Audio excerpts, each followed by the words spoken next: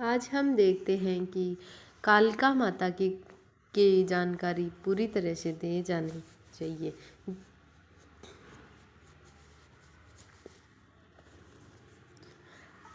आज हम जानते हैं कालिका माता की कहानी के बारे में।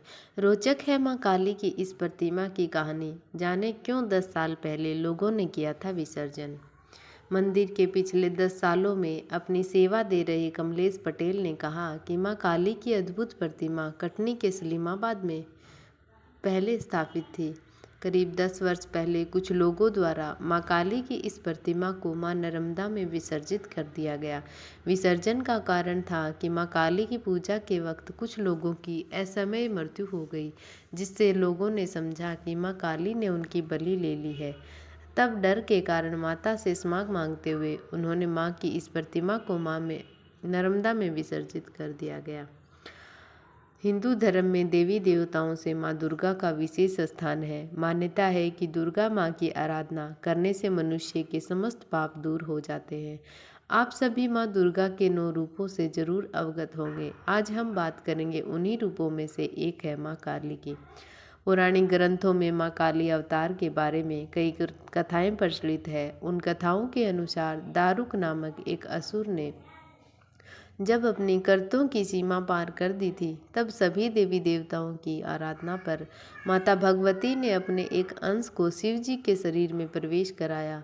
माँ पार्वती का अंश भगवान शिव के गले में मौजूद विष में अपना आकार धारण करने लगा। भगवान शिव के गले में विष होने के कारण उस अंश ने काले रंग के वर्ण में परिवर्तन होना शुरू कर दिया।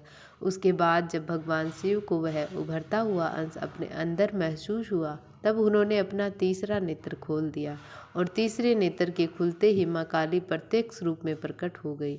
उसके बाद उनके एक हुंकार से ही दारुक और अन्य असुर जलकर भस्म हो गए थे। कुछ ऐसी कहानी है जो जबलपुर के तिलवारा घाट पर स्थित माँ काली के करीब 10 फीट ऊंची प्रतिमा की है। मंदिर में पिछले 10 सालों से अपने सेवा दे रहे कमलेश पटेल ने माँ काली की अद्भुत प्रतिमा खट की थी। 3 से 4 महीने तक माँ नर्मदा में जलमग्न रहने के बाद कुछ भक्तों की माता काली की इस प्रतिमा पर नजर पड़ी। बताया जाता है कि माँ काली की 10 फीट ऊंची इस प्रतिमा को नर्मदा से बाहर निकालने में 3 क्रेन लगी और उसके बाद भक्तों ने मिलकर माता का एक छोटा सा मंदिर बनवाया और वहीं माँ को स्थापित कर दिया। माँ काली की यह प्रतिमा खंडित थी, जिसे रिपेयर कर उसकी पूजा अर्चना की जा रही है। तब से लेकर आज तक 10 सालों में अनेक आंधी तूफान और मां नर्मदा के विशाल वेग के बाद भी यह प्रतिमा अपनी जगह से टस से मस नहीं हुई और अपने भक्तों पर अपना आशीर्वाद बनाए हुए है। खंडित प्रतिमा की पूजा हिंदू मान्यताओं के अनुसार भगवान की खंडित प्रतिमाओं की पूजा नहीं की जाती। ऐसा माना जाता है कि खंडित प्रतिमाओं को पूजना भगवान का अपमान होता है, इसीलिए खंडित प्रतिमाओं को नहीं पूजा जाता। लेकिन एक भक्त की श्रद्धा अपने भगवान को पत्थर के रूप में कहीं भी नहीं देखी, उन्हें प्रत्यक्ष रूप से देखती है और प्रत्यक्ष रूप से पूजा करती है और किसी की भी प्रत्यक्ष रूप से खंडित नहीं माना जाता। इस प्रकार पिछले 10 सालों से माँ काली की पूजा अर्चना यहाँ पर लगातार चली आ रही है।